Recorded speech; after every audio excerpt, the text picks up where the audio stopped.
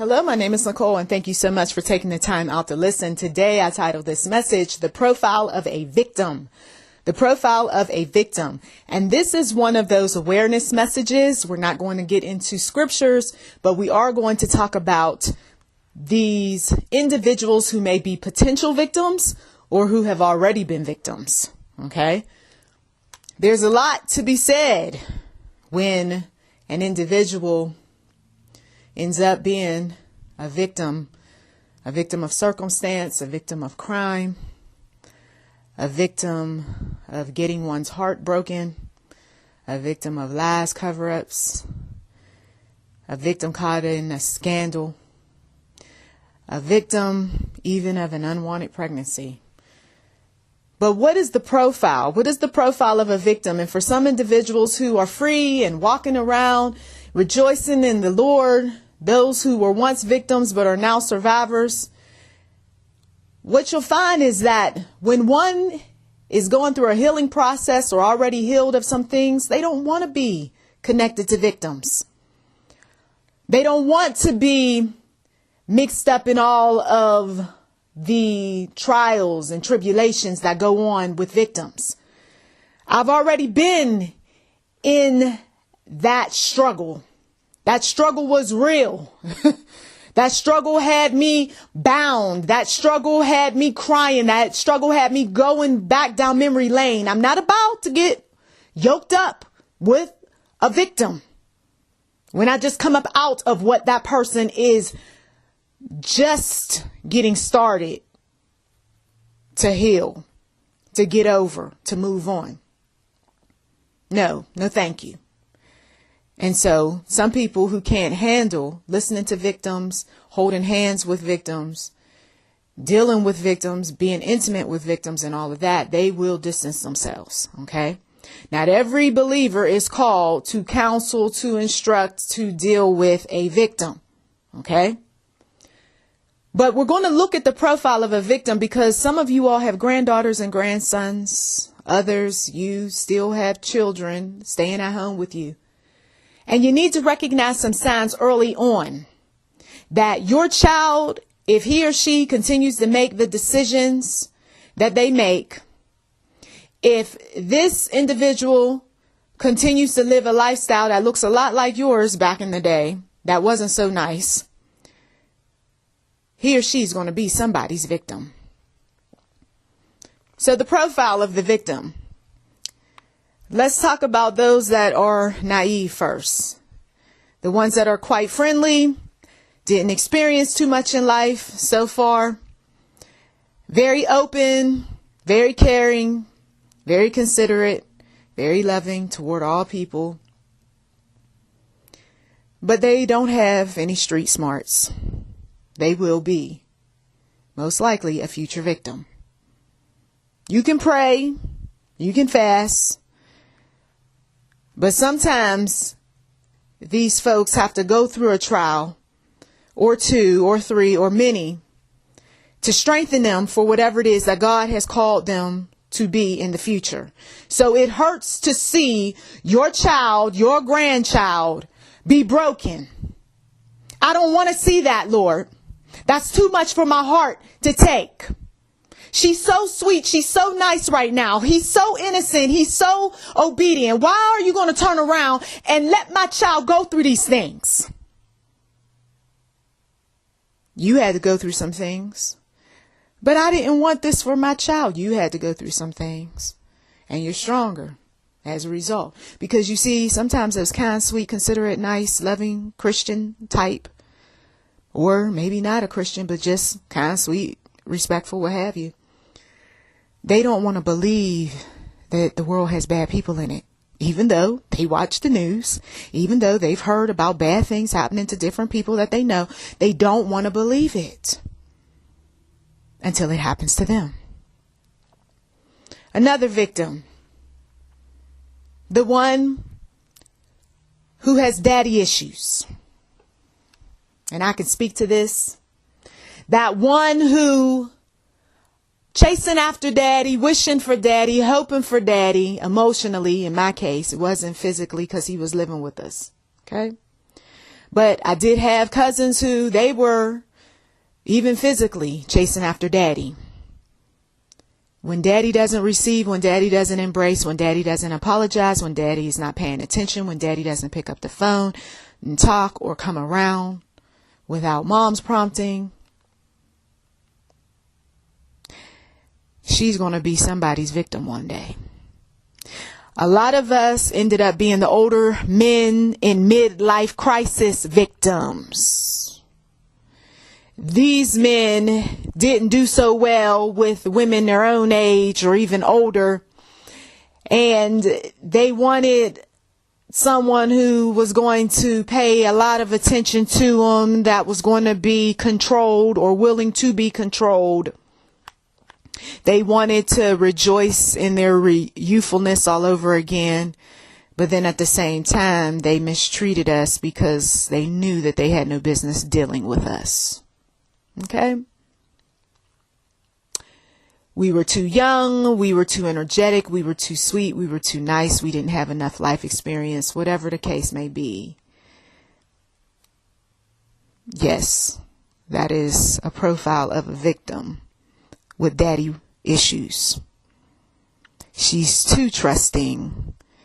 She respects the elders a little bit too much. Yes, there is such a thing. She'll do just about anything to appease because there's a lack there because daddy wasn't there to balance things out, whether emotionally, physically, spiritually, or all three. So we have another victim. This is the victim who is male, who has his share of daddy issues. And so there are those males who might coddle him, but they got some issues because they've been sexually abused. And so now they want to make things feel good, look good, and it's all okay and all right in the hood. And then the next thing you know, Junior is turned out. Okay? He is sexually abused, physically abused, mentally abused. Okay? We've got this victim who has a mental disorder of some sort. It may have been diagnosed back when he or she was a youth in school, or it was diagnosed in the early 20s. And this mental disorder can be seen by most people. And the one who is cunning, who's manipulative, and who wants something that that person has, they're going to take advantage of that one who has the mental disorder. The mother will try to reason with the child and say that those individuals that you're around, they are just using you. The father will see some things and say, stay away. But that one with the mental health disorder is going to keep going around those people, even though they are bad news. We've got the elderly victims.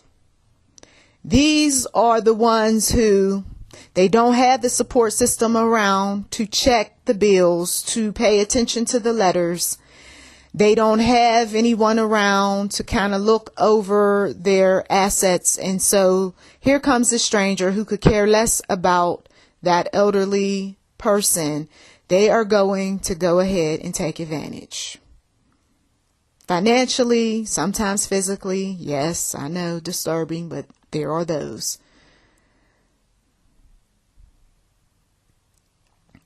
Then, of course, we have the victim who everybody thinks has way too much of everything. You got too much money, you own too many properties, you got too many cars, or you collect too many things. You don't need all that stuff. And so they figure out a way to swindle that person who has more than enough. And it hurts because many of those type are braggarts. So they will say, I've got the large wine cellar, and I've got acres and acres of land, and I own this car and that one. So they make themselves an easy target. They don't know how to shut up. Okay? So this group of individuals are just a sample of the many types of victims that are out there. The victims that I don't want to forget about are these ones who are quick to say yes. Yes to go to the party. Yes to ride in the car. Yes to start up a new friendship. Yes to get married. They most likely have something to prove within because maybe they grew up in strict households and maybe they had a lot of negative things that happened to them. So they want to make themselves as well as others feel good. So they say yes. And then you got some who are just easily intimidated. And so they'll say yes to about anyone and anything. Okay. And these individuals get persuaded into doing some things that are illegal, immoral, things that they're not ready for, such as a pregnancy, such as signing their name to something like a large loan or some type of business investment. And then what do all these victims do? Most of them will pretend as if they were never victims. They won't tell anybody unless, of course, those who can help them. But for the most part, they're going to walk around as if they've never made any mistakes, as if they've never been victimized, as if they have never, ever made the wrong decision that led them down a path that caused all sorts of havoc in their lives. Because it is it's just a shameful thing. I recall putting myself in a position where I could have been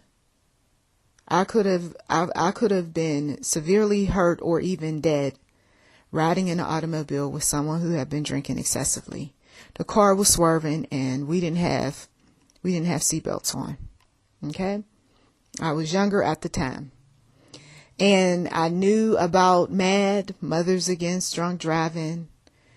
And during that intoxicated moment, I did not think about any of it, just wanting to get home that night. That could have been the last ride for me. Sometimes you put yourself in a position where victim is not the word to use, but fool is. Come on. Victim is not the word to use. A fool is going to be a fool. And when you do things, whether you're old or young, when you do things that you know full well you shouldn't, and you take that risk anyway, some people would say, well, you get what you deserve. Why should I feel sorry for you? You had no business being over there. You had no business doing that. Why should I even care? You see, that's why you get some of these people who are real hard and real angry with you when you're the victim, because they feel like you should have made wiser decisions. And now you want us to feel sorry for you. I'm not going to feel sorry for you because you should have never got involved with that crazy man. I'm not going to give you my sympathy, my empathy, or nothing else because, well, you know. But sometimes people just want love. People just want to do some interesting things. Some people have a mental health illness that they don't even know about. And that's why for some of these people, they end up being a victim, not just once, but many times over. And as I said before, some people are not victims. They're just fools, like the one who continues to get pregnant knowing full well that these guys do not love her, and some of them don't even like her, but she does it anyway. So then at that point, you got to look closer and see, well, maybe it's not her being a fool. Maybe she does have a mental health illness, because there's plenty of people who have mental health illnesses and they don't care too much about using birth control. Okay. Or they forget because of their mental health illness. They forget to use their birth control. Okay. So, I mean, there's a lot of factors that go into victimization and people being fools and folks not paying close attention to some things. We do, as believers, have to have that compassionate heart. And if we don't have it, we need to pray about it. Because any of us could one day be a victim of something. You think that once you get a certain age that, oh, I'm good. All that stuff I did back in the day, I'm not going to fall for that again. And then lo and behold, if a scam doesn't show up and now you got caught in that scam. Or you got caught with something that doesn't work and it's defective. That's a scam, because they knew it was defective when they sold it to you. You see?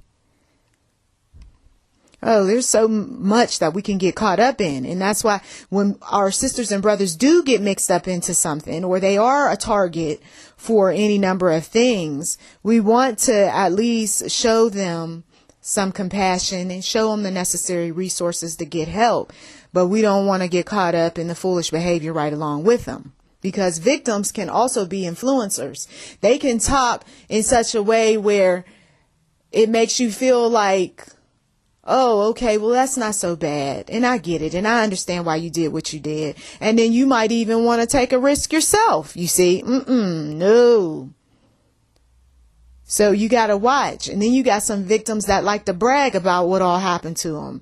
Oh, I was in this situation and then I survived that one. Then I was in this and that. And okay, now that's a long pattern of a lot of bad things happening to you. Wait a minute. At that point, you got to check. This person might have some type of mental health disorder that's going on with them. Because the average person, if you do something that's wrong and you know that it's going to cause a lot of problems for you, you usually don't keep doing it over and over and over again. The definition of a victim, according to my Merriam-Webster dictionary, is a living being offered as a sacrifice in a religious rite. We're going to go a little bit deeper for a moment. If you are a spiritual individual, you consider yourself to be one of faith, whatever that faith might be. We're not going to start getting into judging folks on their faith. But if you are a part of something, and let's say that there's some type of sacrifice that takes place. It's a ritualistic type of sacrifice. And it's a sacrifice that if everybody knew about it, it could potentially put everybody in jail. Would you continue to be a part of that? You see, when do you stop being the victim? When do you stop being the victim that's witnessing everything that's happening to a victim? We got people who they have seen over and over again those images of Christ dying on the cross for us. But yet, for some odd reason, they want to be put in positions in their life where they are doing something similar. Christ already paid the price. Or they want to watch other people sacrifice themselves, their time, their money, their families, and everything else.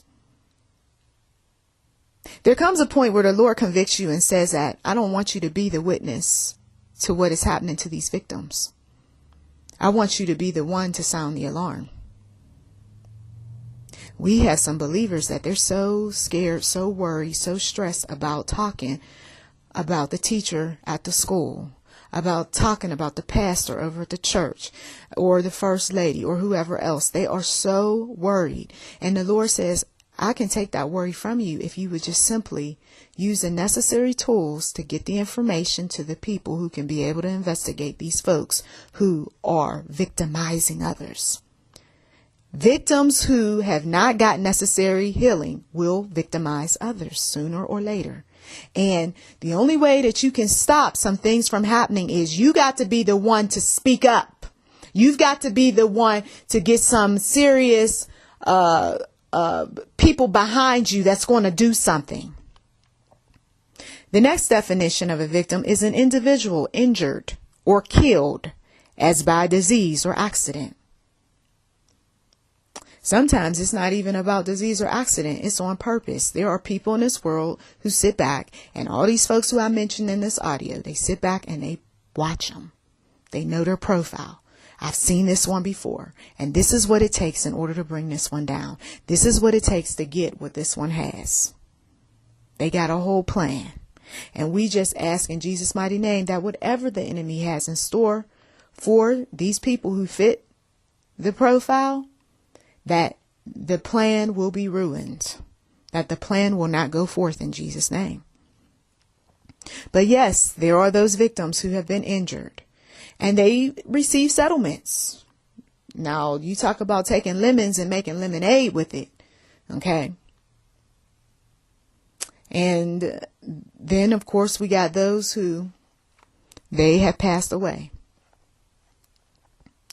And what better way than to make their name mean something by sharing their story, to keep from others being mixed up in whatever that deceased relative, deceased friend was mixed up in. Some people are so embarrassed, so ashamed, so concerned, so worried about what others think that they won't even share the testimony of the deceased.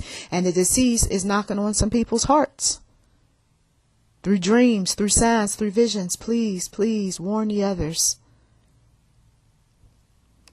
Definition number 3, victim. A person cheated, fooled, or damaged, whether by someone else or by some impersonal force. And this is what I spoke of earlier. Victimize, to make a victim of, by deception. God, though, he wants us, and it's interesting because right up underneath victimize in the dictionary is victor. God wants us to be a victor, one that defeats an enemy or opponent. One of my son's names is Victor. God has called us all to be a victor. Somebody needed to hear that again. Because you see, if you keep being that one that's walking around looking like a victim, acting like a victim, not heeding wise counsel, advice, and so forth, you're not defeating the enemy. You might think you are, but you're not. Some people think that, okay, now that I went through what I went through, was a victim, here's how I'm going to survive. I'm going to use the same little tactics, same little money-making scheme or whatever to hurt other people to get what I had spent in that investment. And they don't see anything wrong with it because they are hurt. Now everybody else got to pay. Well, that person didn't do anything to you. It doesn't matter. They're all going to pay. See, you picked the wrong one. Okay, so you still want to walk in your victimization. No, I'm not the victim. I'm this, that, and the other. They'll justify this devious behavior, paying everybody back for what one did. I personally believe that we can all rise above all of this foolishness when it comes to being that victim that the enemy is leading us into or using others to push us into. I believe that we can all become the victor if we trust in Jesus. Maybe you were tempted. Maybe you did do something, but then God gave you a means of escape. Many of people, they talk about the folks that have been kidnapped, but they don't talk about all those ones that have been, who have escaped. And there's a whole lot of people that escape from kidnappings. There's a whole lot of people that end up getting their money back from some of these money-making scams. There's a whole lot of people who end up fighting back when their aggressors attempted to do something. I mean, there are stories where it was nothing but God, because I wouldn't have been able to knock that man down. There was nothing but God. I just had this increase of strength and I chased after the car and I grabbed the person out of it. You know, I mean, there are those stories out there. You don't have to be a victim. Some people, even though they're long gone out of the situation, the person is no longer in their life who victimized them, but they're still walking around as victims because they choose not to get the necessary healing. They don't want to pray. They don't want to trust in the Lord. They've blamed God for it to begin with. They don't want to get around the like-minded. They don't want to see the glass half full. They want to see it half empty. If it wasn't for that particular situation that the victim went through, he or she would have never bothered to volunteer to help all these other people. If it hadn't been for what that victim did or didn't do, there would have been no book. There would have been no stories of victory. If it wasn't for, and we can go on and on, all those victims during the civil rights movement, all of those folks who had gone through so much, who finally said, enough is enough, I'm fighting back. Many of them died. But we are able, as African Americans, we're able to do what we do because of the blood that was shed before we were even thought about. Sometimes God will set up situations in our lives, and hear me closely when I say this. Sometimes God will set up situations in our lives where, yes, the world will say that we are victims. But God says, no, you're a martyr. You're a martyr. And your name will go down in history for your martyrdom. And the enemy knows that, and that's why some people, he will just mess up their legacy, mess up their name using his minions, because he don't want God's people to go down as martyrs and all of the things that they've done to free people. But don't fall for it. When you know that somebody is working really hard to accomplish great things, to free people mentally, physically, spiritually, once a victim, but then became a survivor, and you know the enemy's at work to kill, steal, and destroy, don't fall into the prey of the enemy thinking the wrong things about people, because then we can put ourselves under a curse, and we don't want to do that. God is a righteous God. God is also a just God, and God will hurt our enemies. And then we can rise above all of what we've gone through, and we can call ourselves victorious. We are victors. Well, I thank you as always for taking time out of your busy schedule to listen to this encouraging message. Be blessed and do the necessary research, find the necessary resources that are going to help you get up out of a victim mindset, always feeling defeated, always feeling like the world is against you, or if you're that one that's quite negative lately, come up out of that mindset in Jesus' mighty name. I ask that the blood of Jesus be upon you as well as those around you, if you are that one who was once the victim but now is the survivor, and now you're exposing some folks. And I ask that the Lord will just continue to anoint your ministry in freeing people up out of their toxic situations. Thank you as always for listening. You've been listening to YouTube NM Enterprise 7. Subscribe today. Also, if you haven't given, we do welcome donations. And if you haven't checked the description box, by all means do so. Blessings to you.